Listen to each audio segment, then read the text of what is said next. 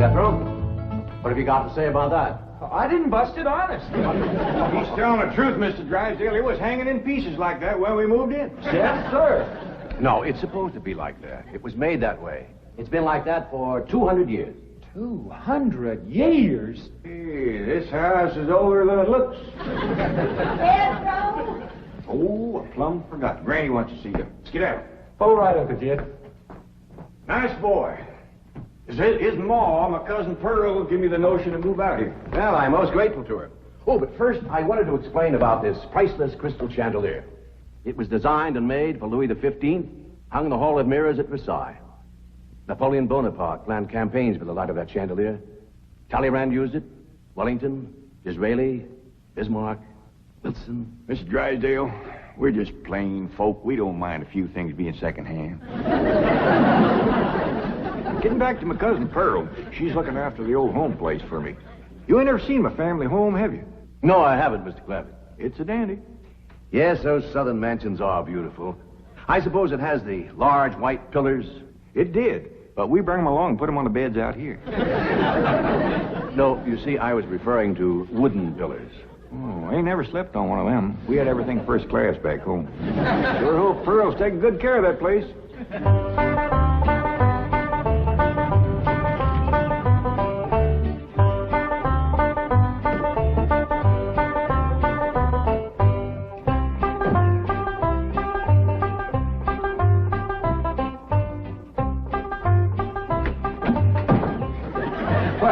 Hello there.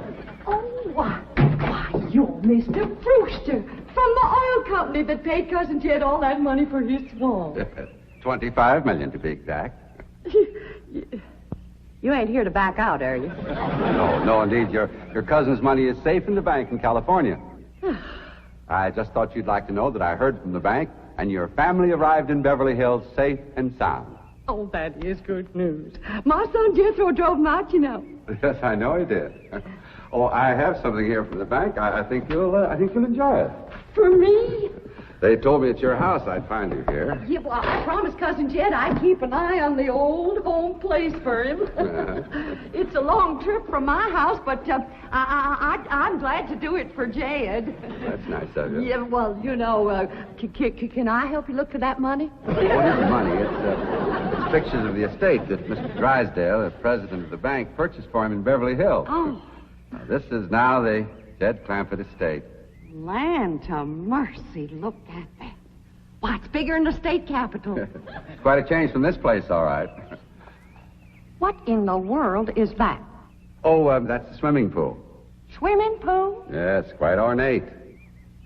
Oh, my son Jethro's gonna like that.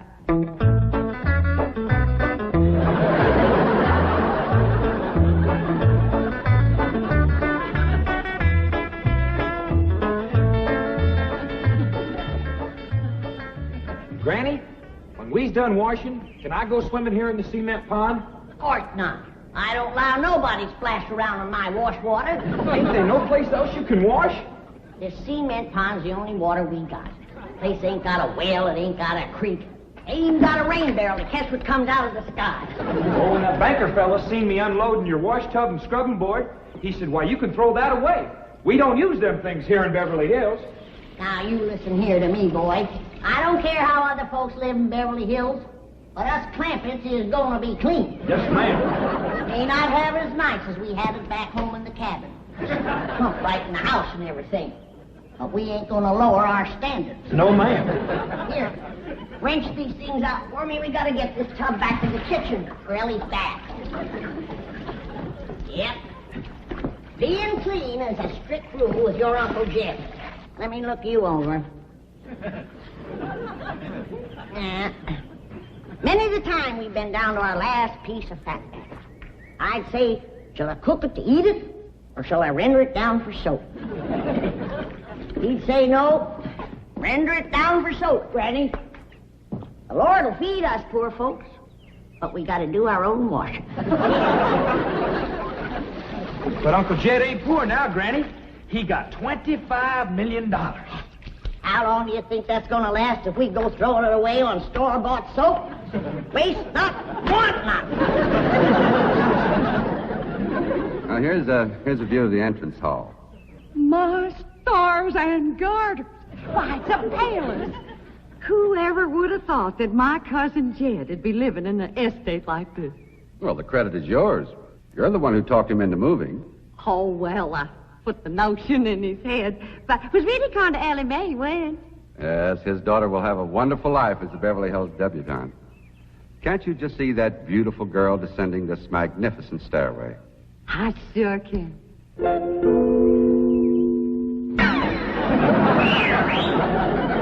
Oh, Elly May, I don't reckon that's the way a young lady comes down the steps in Beverly Hills, is it, Mr. Drysdale? Oh, not as a rule, no. Oh, I can come down the other way. Watch this.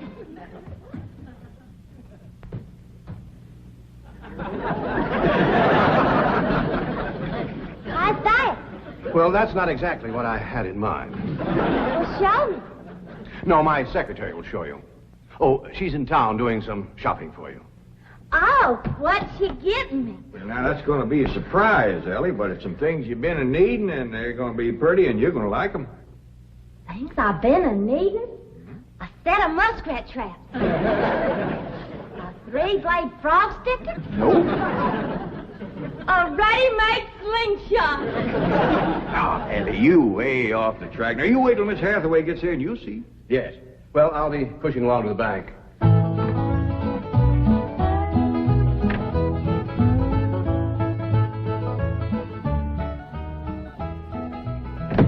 Now, don't you worry about your daughter, Mr. Clampett. When my secretary gets through with her, you'll think she's been to finishing school.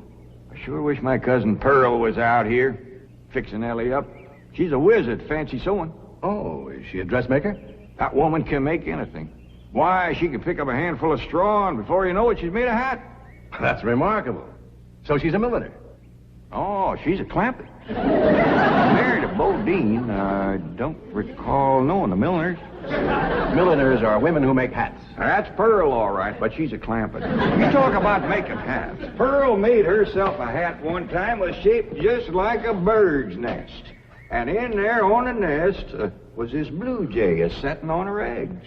Well, sir, they come from everywhere to see that hat, to study it, to see how Pearl made it so as they could copy it.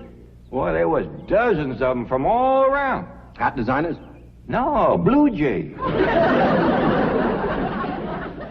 Never did catch on too good with people. For a while there, Pearl couldn't hardly go out of the house without a bunch of blue jays taken out after her. Sure wish she was out here. She'd have Ellie slick as a picture in a catalog. Yep. I ought to be out there in Beverly Hills helping Cousin Jed. Well, he certainly has plenty of room for you. This mansion of his has 32 rooms and 14 baths. 14 bathrooms? Yes. A sunken marble bathtub. Oh, I can just see Elly May having herself a bubble bath in there.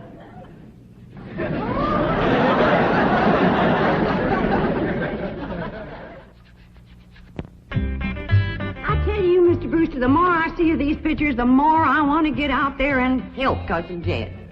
Of course, I wouldn't go without being asked. Well, naturally. But, I think you should go.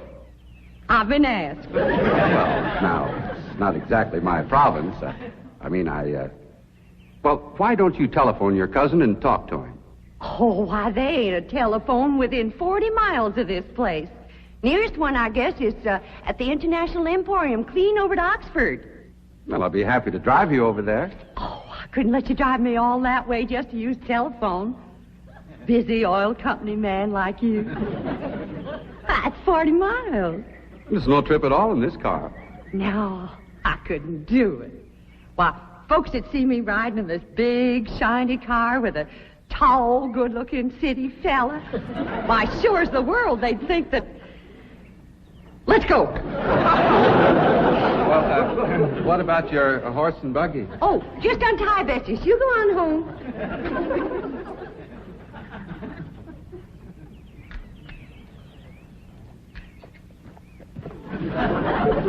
Well, Bessie's headed for home, all right. Mrs. Bodine, how long has your buggy been hitched there? About an hour. Why? Why, Blue Jay built her nest on the seat, and she was sitting on her eggs. Oh, shoot. I wanted to wear that.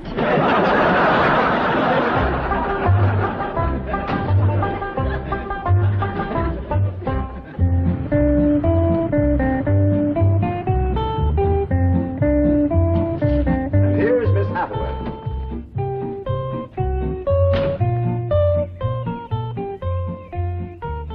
Mon capitaine, je suis traiteur. Fine. Ready for Ellie Mae? Gentlemen, aided and abetted by the gossamer garments, exotic lotions, and other feminine appurtenances within these cartons, I am ready to assume the role of Pygmalion and transform that barefoot galatea into a striking and sophisticated paragon of Beverly Hills literature. That's yes the hard way. Well, duty calls. I leave you in capable hands. Goodbye, Mr. Clampett. Thank you, sir. Chief, Well, that sure is neighborly of you, Miss Hathaway. You reckon you can handle Ellie Mae? Uncle Jed, Granny says... Oh, howdy, Miss Hathaway. no, bonjour, Jethro. Here are them things in for Miss Hathaway, Jethro. I think she kind of likes you, boy. She does? Well, I can't take them into the house. That's what I come out here to tell you. Granny says that all the men folks got to stay out of the house while Ellie Mae's taking her bath. Oh. But isn't Ellie Mae bathing in the privacy of her own bedroom suite? Hear what she called you? Sweet. What's the matter with him? Why doesn't he answer? Hey, he's just a little shy, I reckon. Ask him again. Is Ellie Mae in her bedroom suite? No, she ain't, darling. Mind, I'll find her myself. Uncle Jed, I got me a girl. You sure have, boy, and a city girl, too.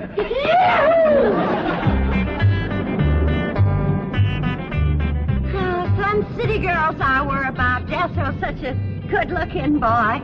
Every girl in the 5th grade was after him. I hardly think anything serious can develop between boys and girls in the 5th grade. Oh, I don't know. So far this year, there's been 3 couples out of Jethro's class get married. Married? 5th grader? Parson's nearly as busy in that school as the teacher. That's amazing. Oh, I've heard of... Uh-oh, wouldn't you know it? There's that Snoopy Alverna Bradshaw and her big-mouthed daughter sitting on my front porch. Oh, I could just hear the stories they'll start going on if they see me in this car here with you. Yoo-hoo! Alverna! It's me! Pearl! Terrible gossip, that woman, always making trouble. She tried to talk Granny out of going to California. She ought to see Granny now. Living like a queen in that Beverly Hills mansion.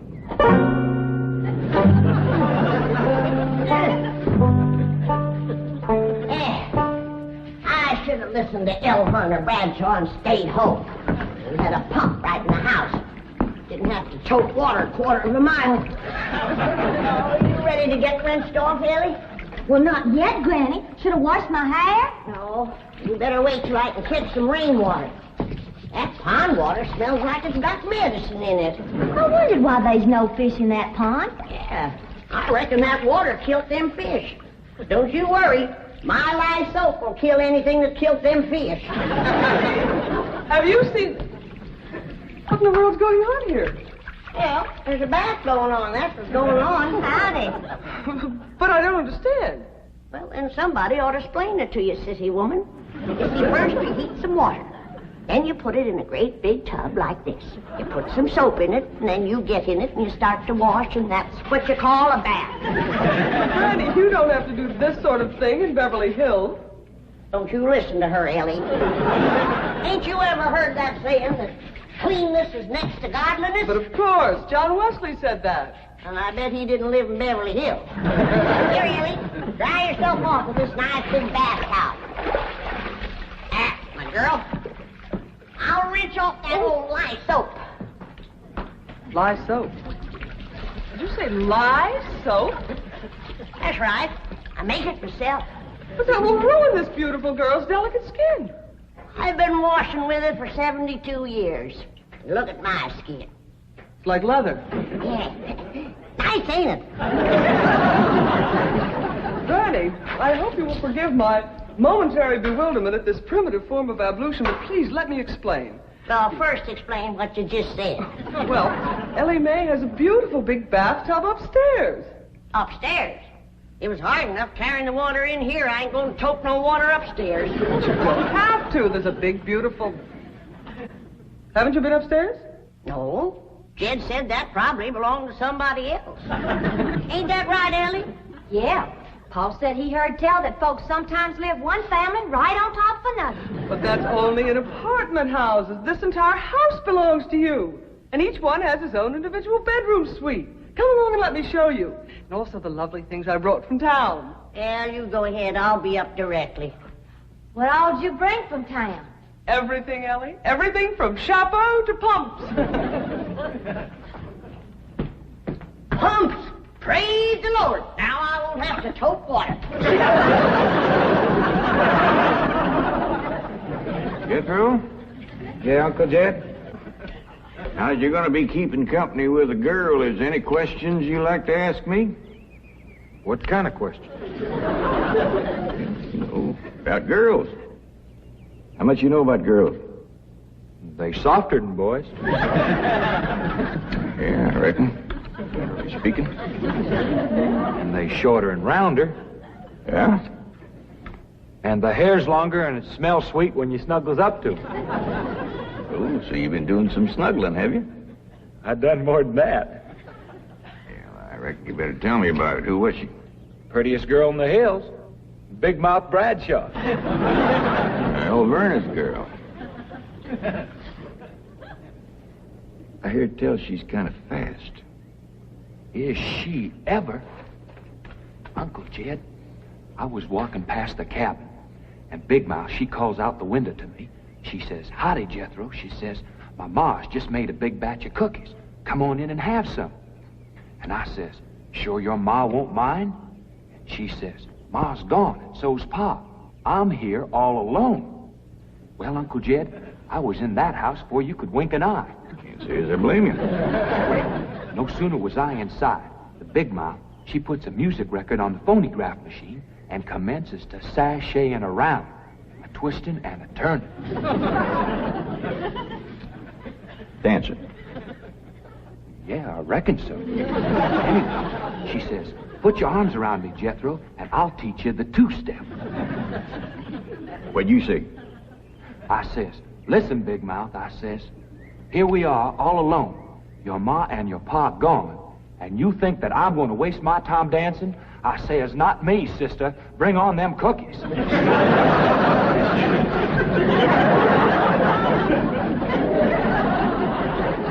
What'd she say? Well, Jed, you and Jethro can start digging the well. That city woman brought us some pumps. That's fine, Granny. We'll get right to it. What'd that Bradshaw girl say when you said bring on them cookies?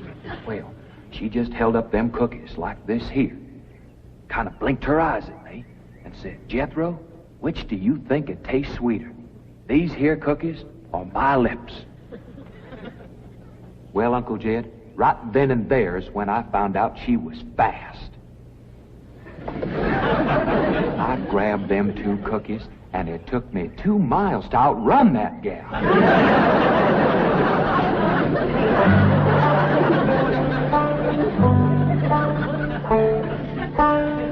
Jethro, on one of these days, you and me's got to have a long talk.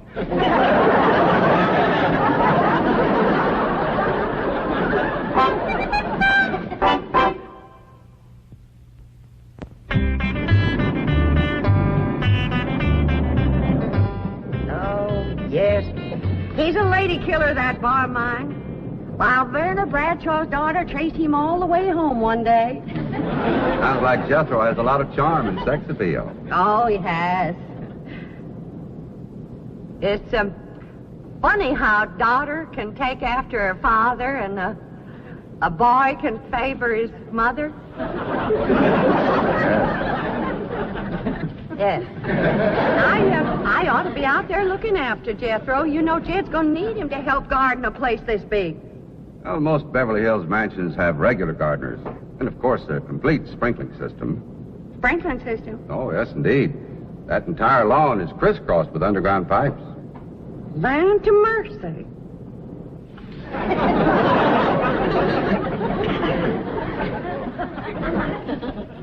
By thunder, Jethro, there's water all over this property. Ain't too deep, neither. I know. Should I commence the digging? Well, now, let's get as close to the house as we can. That way the pump won't have so far to pull. Clampett? Jethro? Oh, here comes your sweetheart. It's Clampett. I cannot handle that daughter of yours. What happened? I opened that box of beautiful clothes, turned my back for a moment, and she bolted like a wild colt. I was afraid this would happen. Where is she? She's up there. I'll go right up and talk to her. Jethro, have you been upstairs yet? No, ma'am. Then you've got a surprise coming to you. What is it? Your sweets. So are you. No.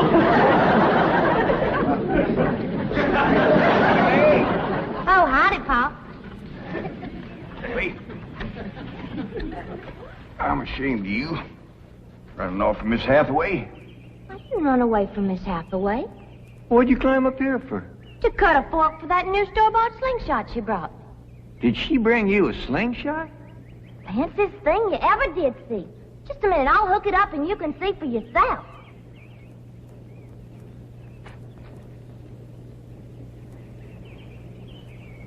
Look at that. Doggone. A store-bought, lace-trimmed, double-barrel slingshot. Ain't it a doozy? I don't know how good I can aim it, but it'll sure throw a heap of rocks. Yeah. They really need me out there. Why, I could work wonders for Elly Mae with my fancy sewing and beauty secrets and hairstyling and everything. Of course, I had to learn all those things, not having a husband to support me. Didn't you say it was 40 miles to the town of Oxford? That's right. Well, we've already driven 110 miles. Land to mercy, I forgot to tell you the turn-off. Well, long as we come this far, maybe we ought to go right on to California.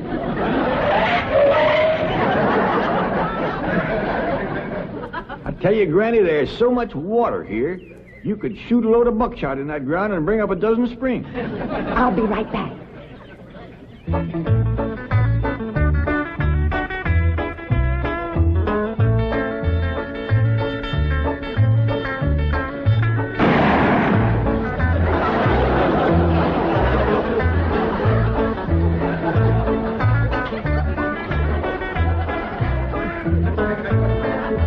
I ain't never missed yet.